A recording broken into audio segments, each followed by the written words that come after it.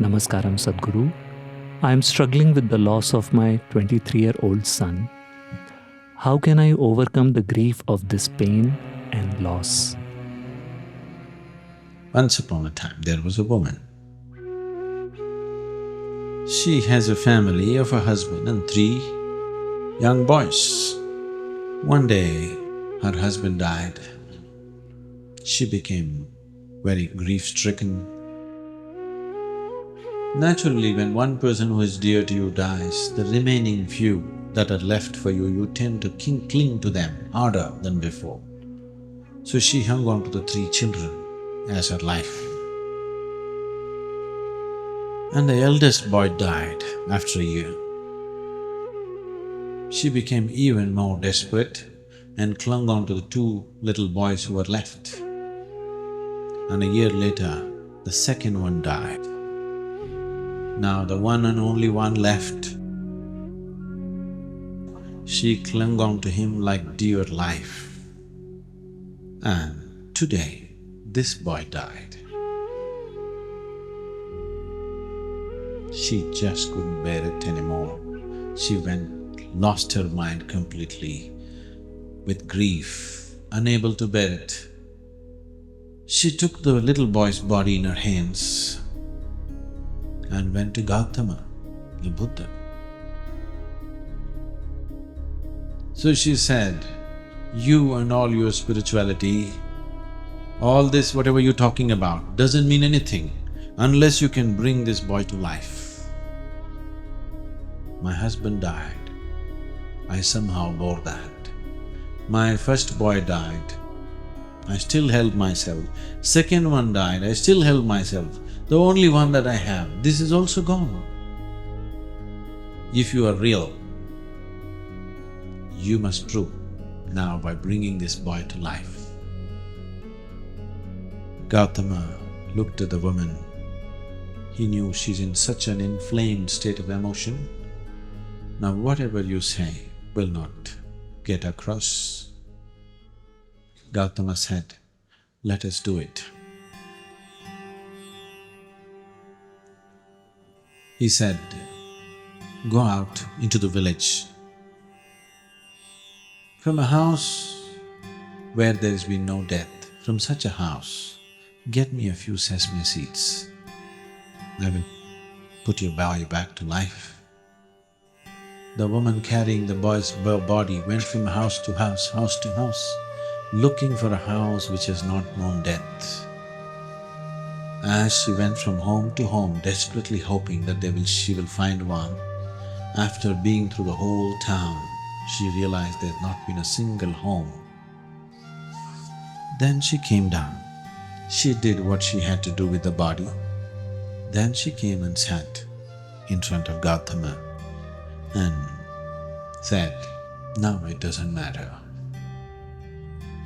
and sat down to be there with him right through her life. What is it that happened to her?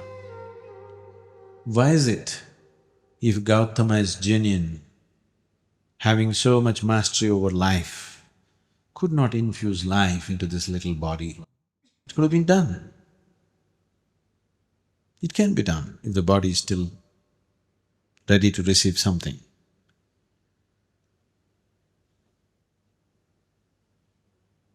There are too many stories from the West about raising the dead.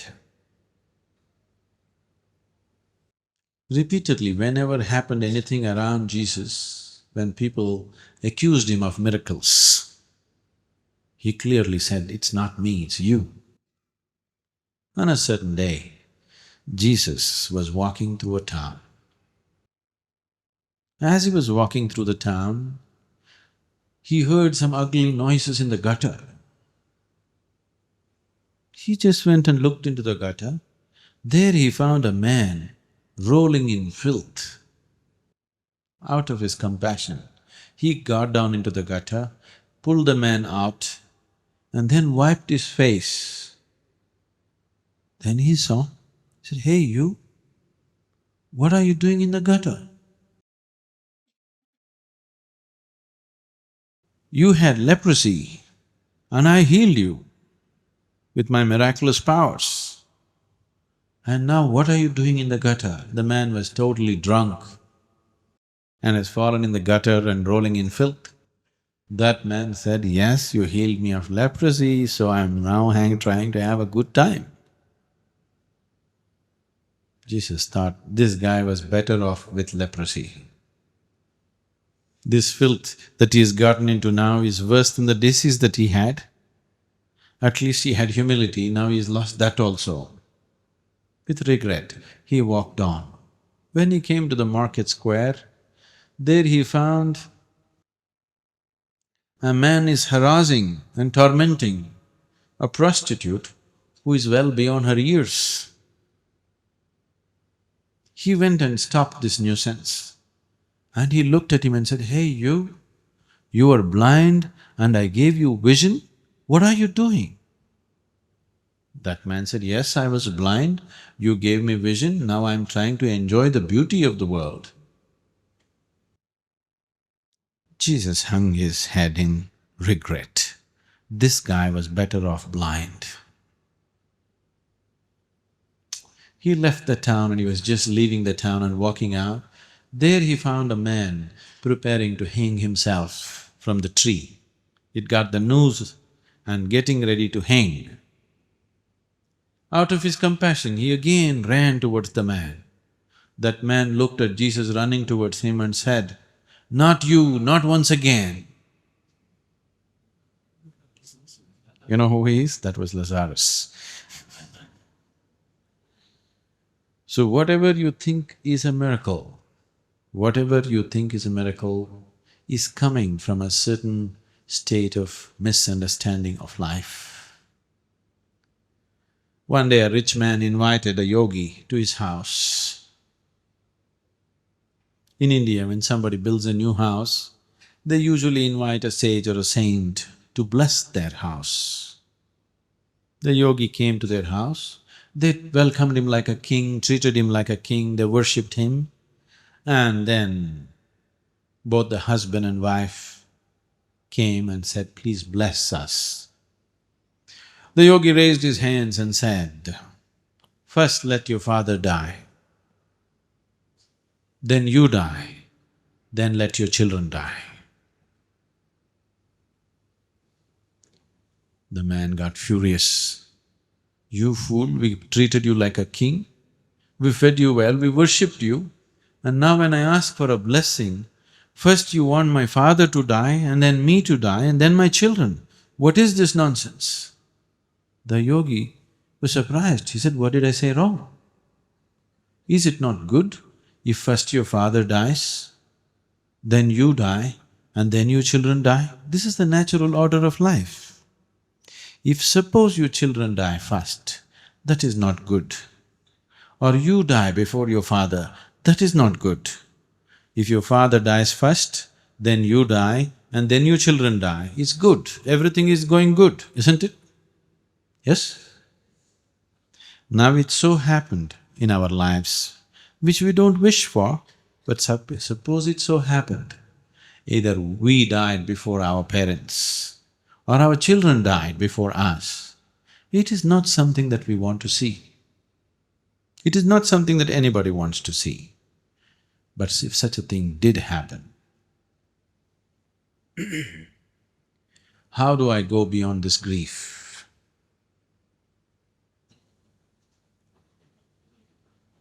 See, when we talk about going beyond something, it is not about forgetting about it. You cannot forget your child. You cannot tell yourself, it's all okay, what is there, it's all right, it's not all natural. You cannot. It is true, something that's very precious to you, something that means a lot to you is gone. But the fact of life is such, that which slips beyond the realm of what you call as life right now, once it crosses the boundary, it is not yours anymore. This is the fact of life. It makes logical sense to me, but still my grief is not gone. That is a reality. It is not with any insensitivity that I am saying this, but it's time to accept it the way it is.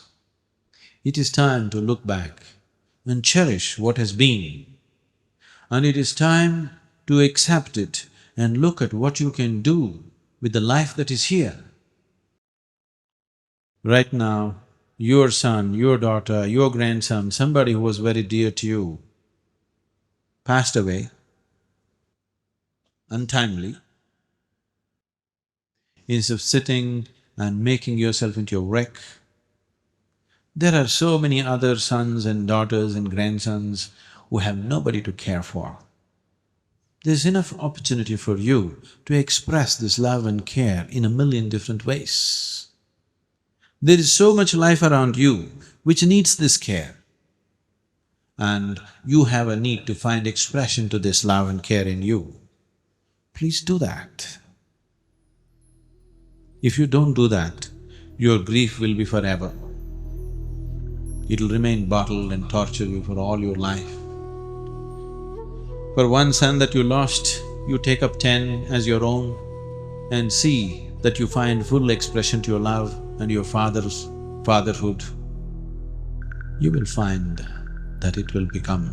your son would become a foundation to make your life much more beautiful than it would be with just one son. You could make it like that.